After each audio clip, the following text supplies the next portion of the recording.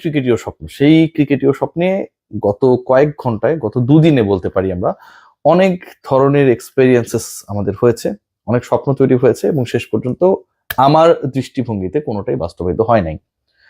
বাংলাদেশ দল বিশ্বকাপ না খেলার সিদ্ধান্ত নিল। বাংলাদেশ বিশ্বকাপ না খেলার সিদ্ধান্তের সাপোর্টে পাকিস্তান ক্রিকেট বোর্ড পিসিবি উচ্চকণ্ঠ ছিল। শেষ পর্যন্ত তারা যে সিদ্ধান্তটা নিয়েছিল সেটা হচ্ছে ভারতের বিপক্ষে বিশ্বকাপের match Pakistan cricket board, PCB, সরকার, তাদের সেনাবাহিনী সবাই ডিসাইড করেছে যে খেলবে না। 15 ফেব্রুয়ারি এই কলম্বোতে যেই ম্যাচটা হবার কথা, যেই ম্যাচে আসলে দর্শক শূন্য গ্যালারি থাকার কথা, ভারতীয় ক্রিকেট দলের কলম্বোতে প্রেমাদাসায় এসে জাস্ট উপস্থিতি, ইয়েস স্যার, ওই যে বলি না ছোটবেলায় প্রেজেন্ট স্যার, ইয়েস স্যার, সেটা করে পয়েন্ট নিয়ে, বোনাস পয়েন্ট, ফরফিটেড পয়েন্ট নিয়ে চলে যাওয়ার কথা, শেষ পর্যন্ত সেটা হচ্ছে না। ভারত পাকিস্তান মুখোমুখি হচ্ছে যেই শিডিউল ডেট রয়েছে 15 ফেব্রুয়ারি, সেই ডেটেই, এবং সেটা একই মাঠে অনুষ্ঠিত হতে যাচ্ছে। বাংলাদেশ শেষ পর্যন্ত তাদের এবারের বিশ্বকাপ থেকে অন্তত পাকিস্তান ভারতের বিপক্ষে ম্যাচ বয়কট করেছে, বাংলাদেশের ন্যায্য দাবিকে সাপোর্ট করে, সেই সান্ত্বনাটুকু শেষ বেলায় এসে বাংলাদেশের থাকলো না। আমিনুল ইসলাম বুলবুলকে নিয়ে যাওয়া হয়েছিল লাহোরে মধ্যরাতে এবং সেই আলোচনায় আমরা দেখেছিলাম যে মোটামুটি একটা ডিসিশন হয়েই গেছে। শেষ পর্যন্ত তিনি যেন নেগোসিয়েটরের ভূমিকায়, তিনি ভারতকে, ভারতীয় ক্রিকেট বোর্ডকে, এসএলসি কে, পিসিবি কে, সবাইকে রাজি করিয়ে, আইসিসি কে রাজি করিয়ে ভারত পাকিস্তান ক্রিকেটের বৃহত্তর স্বার্থে ম্যাচ আয়োজনের ক্ষেত্রে একটা বড় রোল প্লে করেছে। এভাবে নিউজগুলো পোর্ট্রে হয়েছে। বুলবুল ভাই যেন বিশাল নেগোসিয়েটর, থাকে না যে অনেকেই মানে বড় বড় যে ইস্যুস গুলো ক্রিয়েট হয় সেগুলোকে সমাধান করার জন্য আমরা দেখি ওয়ার্ল্ড ওয়াইড অনেক বড় বড় লবিস্ট নিয়োগ করা হয় বড় বড় ফার্মগুলো থেকে। বাংলাদেশের হয়ে অথবা আইসিসির এই যে সংকট, ইন্ডিয়া পাকিস্তান ম্যাচ রেভিনিউ হারাবে, টেলিকাস্ট রাইটস থেকে বড় একটা লভ্যাংশ থাকবে না, সেই জায়গায় যেন দুধ হিসেবে হাজির হয়েছিলেন, অনেক বড় একজন ত্রাণকর্তা হিসেবে হাজির হয়েছিলেন আমিনুল ইসলাম বুলবুল। পোর্ট্রে করা হয়েছে এভাবে এবং তার মধ্যস্থতায় শেষ পর্যন্ত ভারত পাকিস্তান খেলতে রাজি হয়েছে। ঘটনা আসলে তাই, বাংলাদেশের সব কুল গেছে। আমিনুল ইসলাম বুলবুল সেখানটায় গিয়ে আমার কাছে মনে হয় যে বাংলাদেশের হয়ে আরো বেশি ওয়েট লুজ হয়েছে।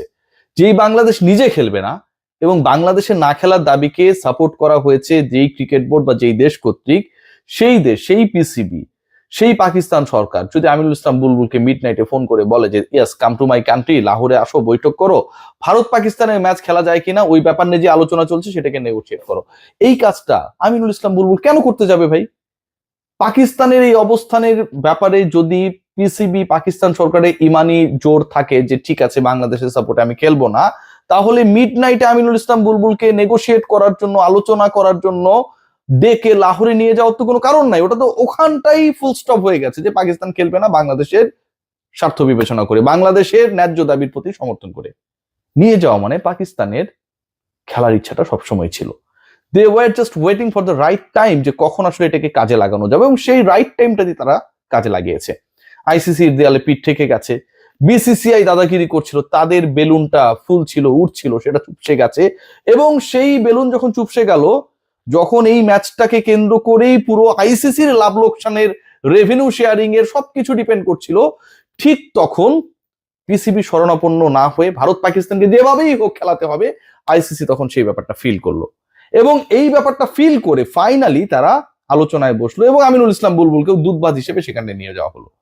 বাংলাদেশের যখন বিশ্বকাপ নিয়ে আলোচনা হচ্ছিল, বিশ্বকাপে খেলার ব্যাপারে, শ্রীলঙ্কাতে হলে বাংলাদেশ খেলবে, ভারতের মাটিতে খেলবে না, পাকিস্তান ক্রিকেট বোর্ড তখন কেন এই অবস্থানটা জানালো না যে আমরাও ইন্ডিয়ার বিরুদ্ধে খেলবো না যদি না বাংলাদেশের ভেন্যু চেঞ্জ করা হয়? এই অবস্থান কিন্তু পাকিস্তান ক্রিকেট বোর্ড জানায় নাই।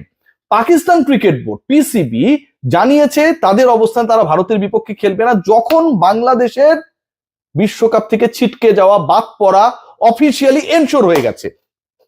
বাংলাদেশ বিশ্বকাপ থেকে অফিসিয়ালি বাদ পড়ার পরে পাকিস্তান ঘোষণা করেছে যে আমরা ভারতের বিপক্ষে খেলবো না, বাংলাদেশের ন্যায্য দাবির প্রতি সম্মান জানিয়ে, আবার পরে তারা খেলছেও।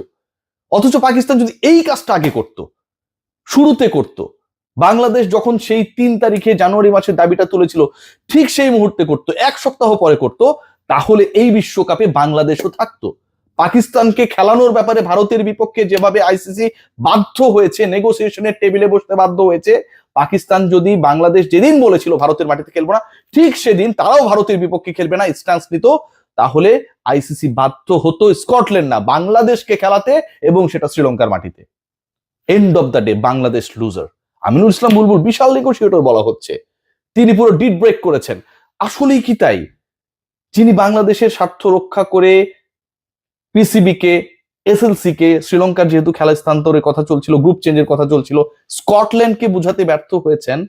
যখন ভোটাভুটি হলো ঠিক ওই সময় আমরা মাত্র একটা ভোট পেলাম, এর বেশি 2 ভোট আনতে ব্যর্থ হয়েছেন। সে আমিনুল ইসলাম বুলবুল এখন বিশাল নেগোশিয়েটর হয়ে গেছে, যিনি ইন্ডিয়া পাকিস্তানের বরফ গলাতে আইস ব্রেক করতে বিশাল রোল প্লে করেছে। এটাও একটা অদ্ভুত ধরনের পাগলের সান্ত্বনা। বুলবুল ভাই তার নিজের ক্রিকেট বোর্ডের স্বার্থ রক্ষা করার ক্ষেত্রে, আমি বলছি না তিনি চেষ্টা করেন নাই, চেষ্টা করে ব্যর্থ হয়েছেন, সেটাতে তিনি সফল হতে পারেন নাই, বাংলাদেশে ভেন্যু চেঞ্জ করতে পারেন নাই। সেই বুলবুল ভাই ভারত পাকিস্তানের আরো বড় সমস্যা, বাংলাদেশের খেলা না খেলার থেকেও ভারত পাকিস্তানের ম্যাচ হবে না, এটা আরো বড় সমস্যা, সেই সমস্যার সমাধান করে ফেললেন।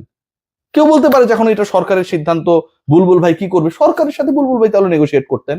নেগোসিয়েশন মানে তো এমন না যে শুধু board to board, ICC to board এটাই হবে। গভর্নমেন্ট টু ক্রিকেট বোর্ডও তো নেগোসিয়েশন চলেছে, আলোচনা হচ্ছে। পিসিবি যে সিদ্ধান্ত গ্রহণ করছে সেটা সেই দেশের প্রধানমন্ত্রীর সাথে আলোচনা করছে। বাংলাদেশের ক্ষেত্রে কেন হলো না? বাংলাদেশের ক্ষেত্রে হলো না and of the day international cricket politics এর ডিপ্লোমেসিতে বাংলাদেশকে জাস্ট বলির পাঠা বানানো হয়েছে। দ্যাটস ওয়াই বাংলাদেশের ক্ষেত্রে হয় নাই।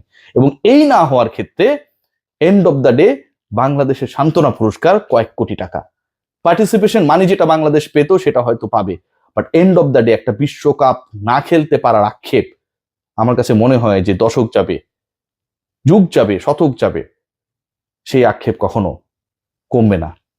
2026 টি-20 বিশ্বকাপে কোয়ালিফাইড করার পর, যোগ্য দল হবার পরেও বাংলাদেশ দল খেলতে পারেনি। সবাই ভালো থাকবেন। Take great care.